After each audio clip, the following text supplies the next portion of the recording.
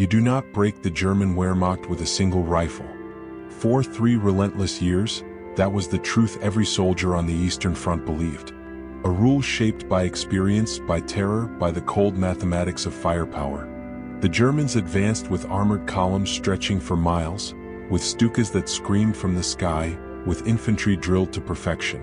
And each time the Red Army tried to hold, villages burned, divisions collapsed, and entire armies vanished in pincer movements that closed like the jaws of a steel trap. German commanders insisted on another rule: the Soviet soldier cannot match German precision. They believed the Red Army fought only with numbers, not skill, with masses, not mastery. Especially in the sniper's art, where the Wehrmacht prided itself on discipline, optics, and training. But in 1942, in the rubble of Stalingrad, one man changed everything. His name was Vasily Zaitsev, 27 years old, born in the windswept mountains of the Urals. As a boy, he stalked deer across ridgelines so quiet he could hear a twig snap from 2 fields away. He learned patience not from books, but from hunger. He learned to shoot not from instructors, but from the winters that punished mistakes. Before the war, he worked as a clerk for the Soviet Navy, an unremarkable job for a man with remarkable eyes. In the summer of 1942, the German 6th Army crossed the Don and pushed toward the Volga. Stalingrad wasn't just another city. It was the gateway to Soviet oil, the hinge on which the Eastern War swung, the place where Hitler personally demanded a flag be planted. By September, the Soviets held only a strip of land along the river.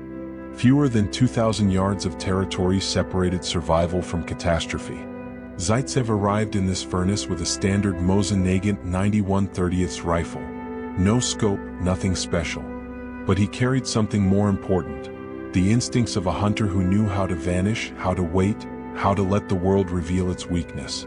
As German infantry probed forward, as snipers began to pick off Soviet officers one by one, a quiet question settled over the ruins. Could one man influence the outcome of a city-sized battle? Zaitsev stepped into the rubble to find out. The first morning begins with echoes, rifle cracks bouncing through shattered factories.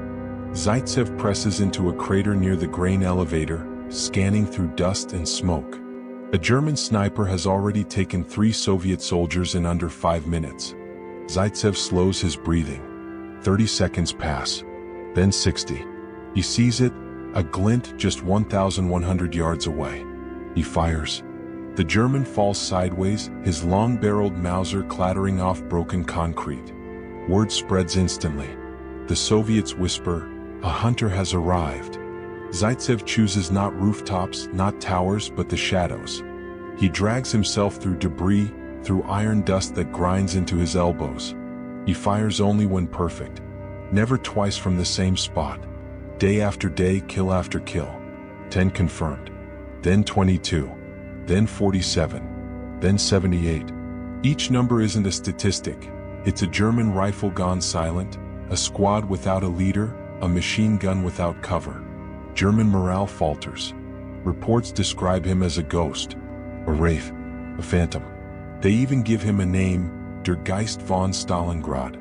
Zaitsev perfects his most dangerous tactic, the triad position. 3 firing points, only one used at a time. The enemy never knows which angle death will come from. Then comes the moment that cements his legend.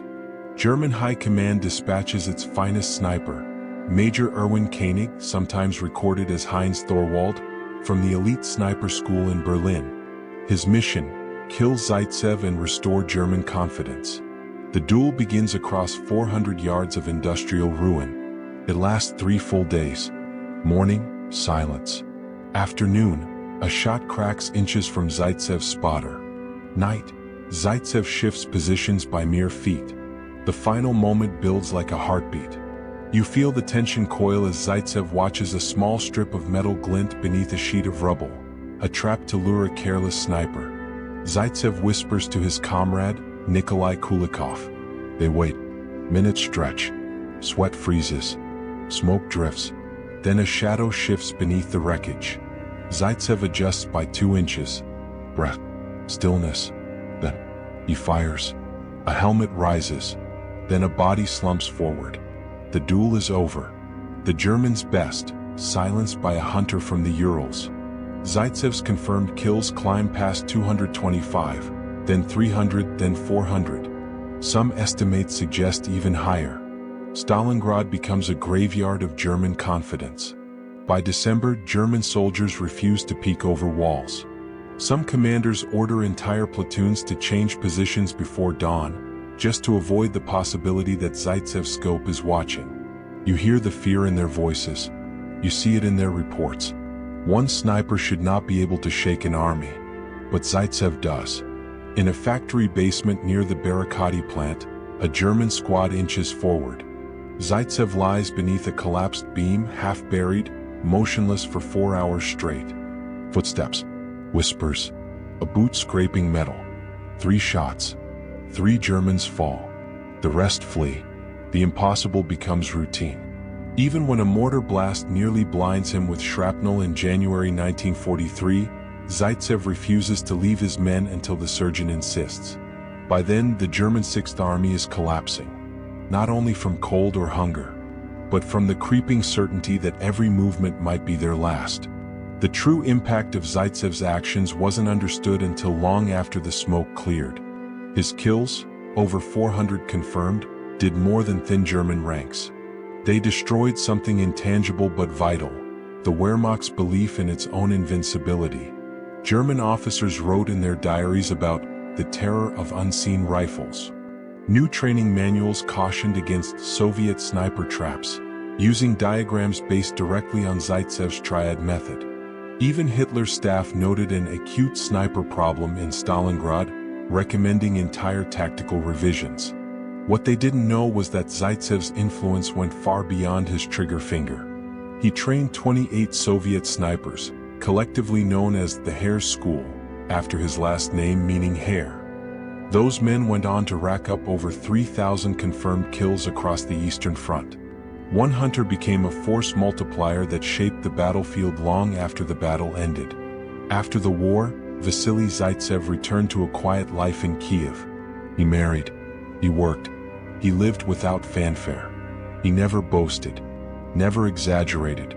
To him, the numbers weren't accomplishments, they were the cost of survival. He died in 1991 at the age of 76.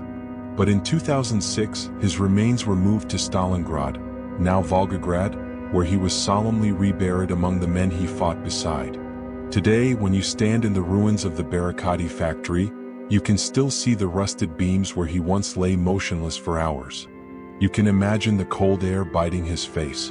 You can almost hear the crack of his rifle echoing across the Volga. His story matters because it reminds us that wars are not won only by generals or machines, but by individuals, hungry, cold, stubborn individuals, who refuse to break. If this story moved you, please hit that like button. Every click tells the algorithm this piece of history is worth remembering. We're dedicated to rescuing forgotten stories from the archives. If you want to join us on this mission, please subscribe and turn on notifications. Where are you watching from? Drop a comment with your city or state and tell us if someone in your family served.